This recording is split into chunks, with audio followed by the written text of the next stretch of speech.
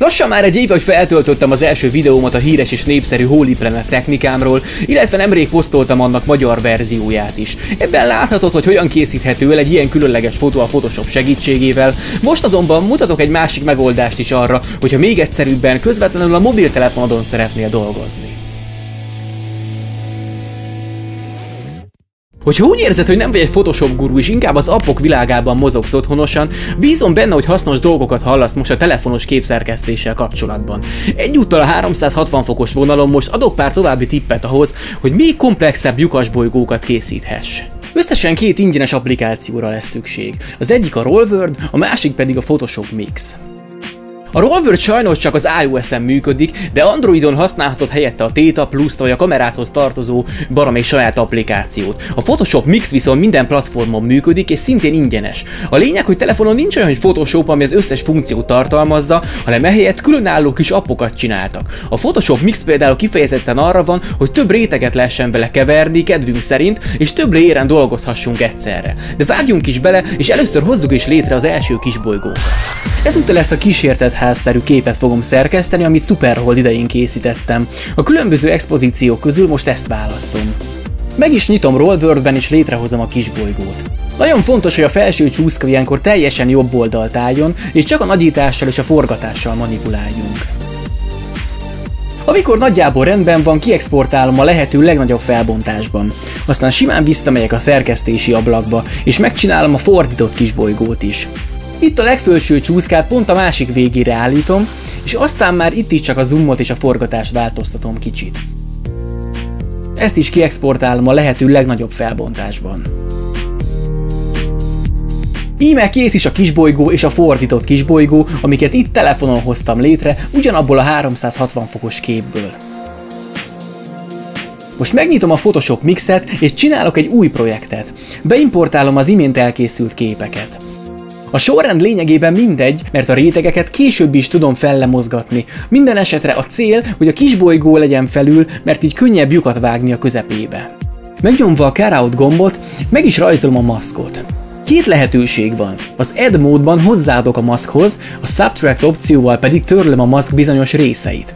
Az intelligens kijelölést használom, de van itt hagyományos ecset, a jól ismert lasszó eszköz, és különböző formákat is használhatok, mint a kör, téglalap vagy négyzet, de most a Smart Selection-t választom.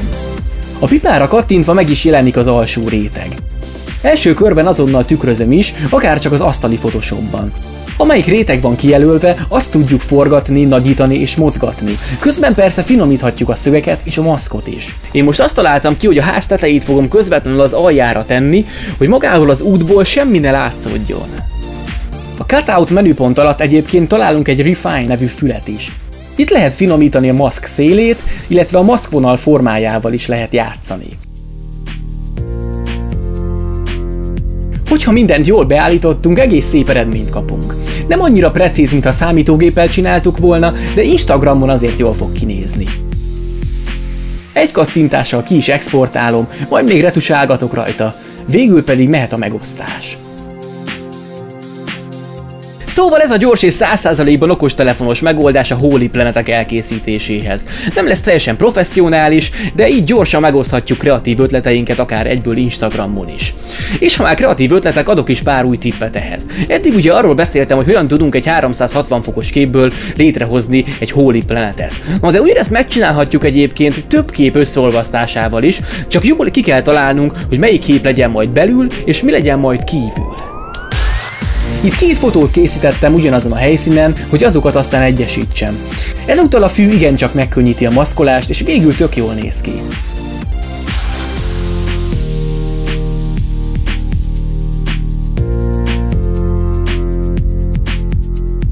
A föld nélküli játszótér is egy vicces ötlet lehet. Annak idején számítógépen raktam össze, és látszik is az aprólékos maszkolás eredménye, de megpróbálhatunk valami hasonlót csinálni a telefonon is. Az első képből kisbolygót csinálok, míg a másodikból fordított kisbolygót. Aztán behúzom őket a Photoshop Mixbe és összeillesztem.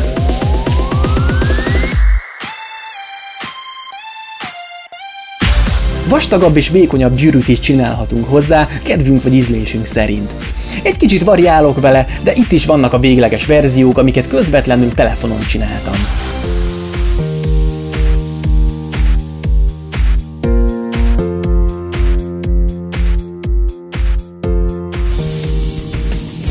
Remélem tényleg sikerült egy kis inspirációt adnom ez a technikához, illetve szívesen játszadoztok majd ezzel telefonon, hogy ha kipróbáljátok, tegeljetek be Instagramon, hogy lássam, hogy mire jutottatok. Persze a Holy Planet hashtag alatt már most is találtok egy csomó képet Instán, úgyhogy nézegessétek őket, illetve hogyha tetszett ez a kis videó, lájkoljátok, és iratkozzatok föl Magyarország első 360 fokos videóblogjára. Gaba VR-t láttátok, hallottátok, találkozunk legközelebb!